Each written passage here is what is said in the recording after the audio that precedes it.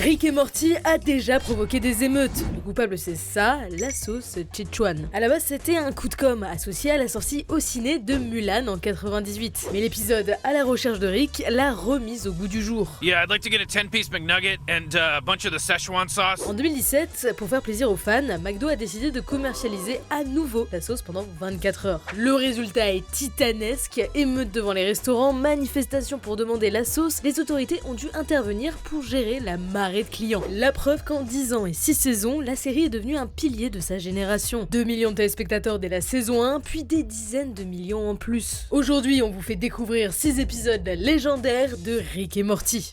L'épisode qui a changé Rick et Morty. Au début, cette série, personne n'y croyait. Futurama, American Dad, Les Simpsons, des dessins animés pour adultes, il y en a des dizaines. Une parodie de Retour vers le futur avec un gamin peureux et un scientifique nihiliste qui parle super vite. Est-ce que c'est vraiment ce qui fait vendre? Les premiers épisodes sont sympas mais sans plus, des enchaînements de gags sur des aliens et des dimensions parallèles. À chaque fois, tout rentre dans l'ordre. Next, on est prêt à passer à la suite et à l'oublier. Pourtant, rapidement, la série prend. Elle trouve ses thèmes et son public et gagne en profondeur. Dans l'épisode 6 de la saison 1, le bal du lycée approche, Morty veut sortir avec Jessica, la plus belle fille de sa classe, et demande à Rick de lui fabriquer un filtre d'amour. Son grand-père finit par accepter, même s'il ne croit pas lui-même en l'amour. Et ça marche, soudainement la fille de ses rêves n'a Dieu que pour lui. Mais Jessica attrape la grippe, l'effet du filtre devient contagieux, rapidement tout le monde devient obsédé par Morty. Il s'échappe jusqu'à trouver son grand-père qui a un antidote à base de menthe religieuse. Sauvé?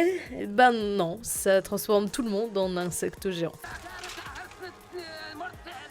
Face à ce chaos général, Rick n'a plus le choix, il doit les extraire de cette réalité, il utilise son pistoportail et les envoie dans une dimension où l'épidémie a été contenue. Tout semble bien aller, mais...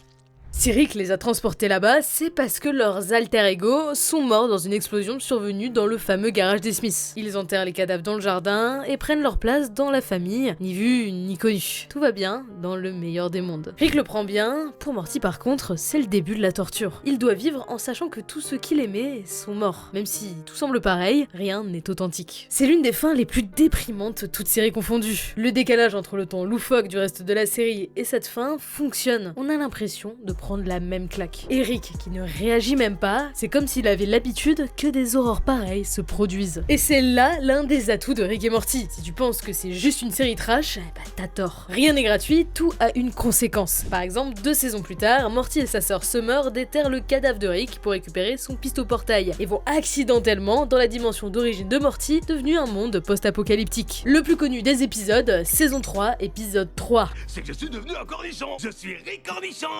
C'est le truc le plus drôle que j'ai jamais vu. On connaît tous un pote qui nous a gonflé avec ça. La blague a été teasée pendant un an, 2,3 millions de téléspectateurs à sa sortie et un Emmy Award juste après. Ça a retourné internet, depuis Pickle Rick est partout. T-shirt, même figurine, une icône de la télévision. Dans l'épisode, Rick se transforme en cornichon pour échapper à une séance de thérapie familiale avec sa fille Beth et ses petits-enfants. Alors qu'ils finissent par partir sans lui, Rick se retrouve à un moment bloqué au fond des égouts. Pour marcher, il contrôle le cerveau d'une blatte avant de se faire un exosquelette avec le cadavre d'un rat. Il sort des égouts, affronte à lui tout seul un gang russe et son redoutable homme de main avant de rejoindre sa famille chez le psychiatre. Alors oui, en vrai, un mec qui se transforme en cornichon n'est pas la blague la plus drôle de tous les temps, mais la série en est très consciente. C'est vraiment loin d'être la meilleure idée de Rick. Si ça peut éventuellement prêter à rire, c'est absolument pas le cas des personnages. Pour eux, c'est la routine. Rick qui fait des conneries, c'est tous les jours, ils ont envie de crever. Non, la force de l'épisode, c'est que Beth, en partant, prend avec elle la seringue qui permet à Rick de retrouver forme humaine. Il est donc coincé dans cette forme ridicule et doit affronter seul tout ce que ça implique d'avoir transformé son corps en cornichon pour échapper à une thérapie. L'épisode se termine avec la fameuse scène qui nous permet d'en apprendre plus sur nos personnages, mais on vous raconte ça plus tard. Est-ce que Rick déteste Morty ?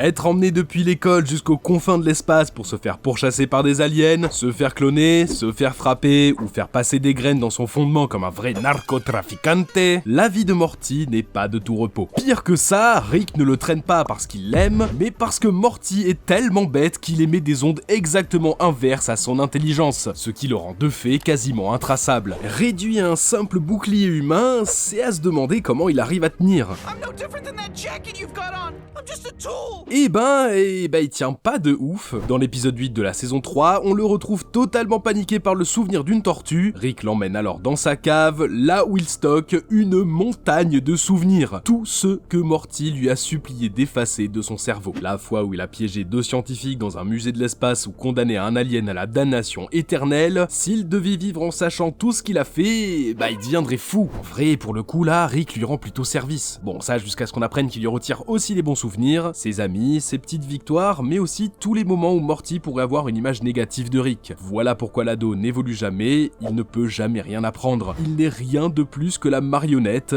à la merci des intérêts personnels de son grand-père. Mais est-ce que ça fait de Rick le pire être humain ? Pas vraiment. Dans l'avant-dernier épisode de la saison 1, Rick se fait capturer par l'un de ses alter-ego d'une autre dimension, Evil Rick. Lui, il est carrément plus méchant. Il veut détruire les Rick de chaque réalité et pour ça, il a besoin de leurs souvenirs à l'aide d'une machine. Il active sur notre Rick et sur l'écran, ce qu'il passe, c'est des images de notre Morty enfant. Des images de bonheur simple, Rick verse une larme, malgré tout, il aime son petit-fils. Un peu plus tard, on lui propose de changer de Morty pour un tout neuf d'une autre dimension, mais il refuse. C'est le sien et il ne s'en séparerait pour rien au monde. Même si le multivers est rempli de copies d'eux-mêmes, leur relation est unique. Progressivement, la série développe le lien. Le duo se rapproche et se dispute de moins en moins. Au début de la saison 5, Rick, aux portes de la mort, s'excuse carrément auprès de Morty pour l'avoir mis dans toutes ces situations horribles. Enfin, on apprend que le grand méchant derrière Evil Rick, c'est Evil Morty. Unique dans son genre, il est cruel, intelligent et il en a marre de la tyrannie des Rick qui ont parcouru le multivers pour réduire des millions de ses alter-ego en esclavage et il est prêt à tout pour s'en débarrasser. Et pour ça, il a besoin du Rick qu'on connaît. À la fin de la saison 5, et après avoir pris le contrôle de la citadelle, l'endroit qui rassemble tous les Rick et Morty de tous les univers, il le capture et lui extrait la formule qui permet de briser la courbe centrale de finitude. Une barrière interdimensionnelle qui sépare les réalités où Rick est l'homme le plus intelligent de toutes les autres où il ne l'est pas. S'il la brise, alors il pourra enfin leur échapper pour de bon. Il propose à notre Morty de le rejoindre, de partir avec lui, mais il refuse, sauf son grand-père, et s'enfuit. C'est la preuve que malgré tout ce qui s'est passé, les deux ont forgé un lien super fort. Ils ont vu la vraie valeur de l'autre, Morty est plus qu'un simple bouclier humain, et Rick n'est pas un horrible scientifique. Ensemble, ils sont plus que ça.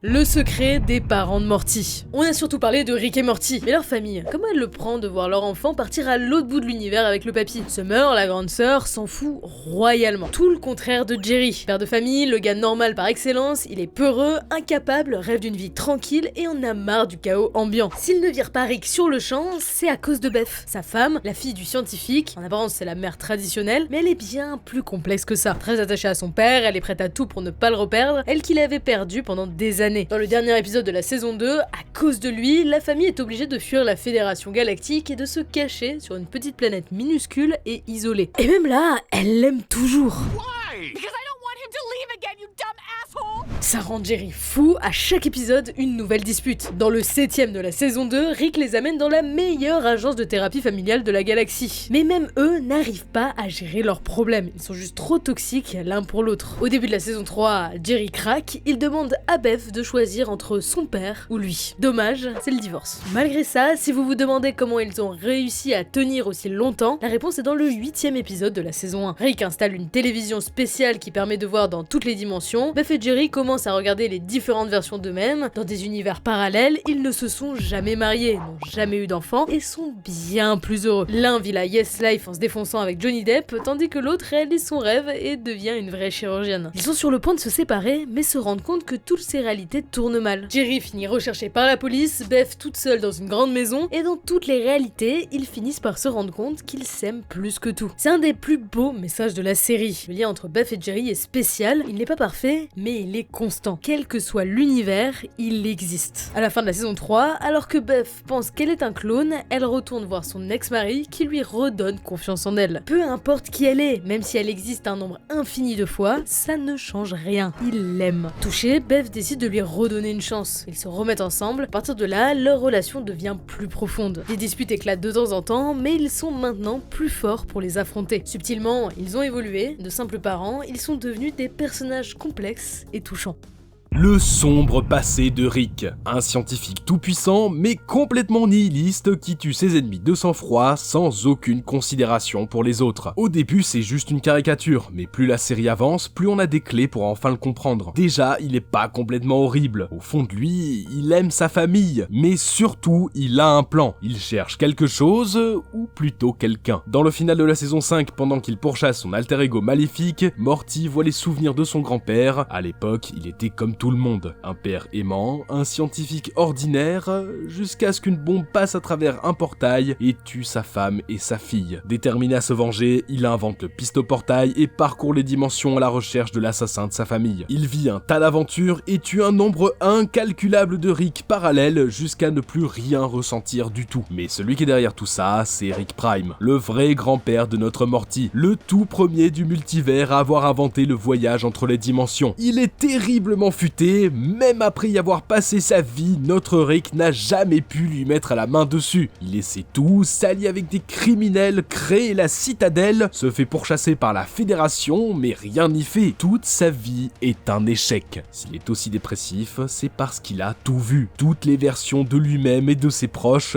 toutes les dimensions possibles et inimaginables, sans jamais atteindre son but. C'est pour ça que, même s'il ne l'admet quasiment jamais, il aime Beth, il aime Summer et il aime Morty. Et c'est pour ça qu'il est prêt à tout pour eux. Avec eux, il a l'impression de ne pas avoir tout raté. Mais les ténèbres dans son cœur ne disparaissent jamais. À la fin de la saison 6, il est à ça d'atteindre son but. Rick Prime n'est plus très loin. Ça lui a demandé tous ses efforts et sa santé mentale, mais il a enfin l'impression d'avoir une chance. Pour l'instant, c'est tout ce qu'on sait. La saison 6 est terminée et on attend encore la suite. Mais c'est sûr qu'elle va parler de ça. Certains diront que la série tourne en rond. On a déjà vu Rick craquer puis se relever des dizaines de fois auparavant. Alors pourquoi cette fois ce serait si différent? Mais je pense que Rick Prime a du potentiel. C'est la version la plus cruelle et égoïste de Rick. Il joue avec ses victimes, tue sans raison. Ce mec, on a l'impression qu'il a l'air de s'amuser. Ça crée un parallèle avec notre scientifique à nous, avant tout un personnage triste qui essaie maladroitement de préserver les quelques liens qu'il a réussi à créer. Le Rick qui a tout abandonné contre celui qui a tout perdu, en plus d'être extrêmement symbolique, leur confrontation est logique. J'ai ultra hâte de voir comment ça va finir, parce qu'au final, c'est ça la force de Rick et Morty. Chaque duo sont des facettes des héros qui révèlent un aspect de leur personnalité. Le multivers, c'est pas juste une manière de nous montrer des trucs déjantés, c'est aussi nous montrer ce qui pourrait être pour nous faire apprécier ce que l'on a. Quand on découvre la série, on commence par voir ça comme un mélange de tout et n'importe quoi, mais plus on avance, plus on se rend compte que tout est là pour une raison. Un chaos ordonné qui part à l'autre bout de l'univers pour réfléchir sur des problèmes très humains. Et en ce sens, parmi tous les autres cartoons pour adultes qui se vendent comme trop deep et super adultes, Rick et Morty est de loin l'un des plus sincères, capable de traiter avec humour des sujets graves comme l'alcoolisme ou les problèmes de famille, et toujours de façon juste. Les véritables héritiers des Simpsons, c'est eux, et c'est pour ça qu'on se souviendra de Rick et Morty.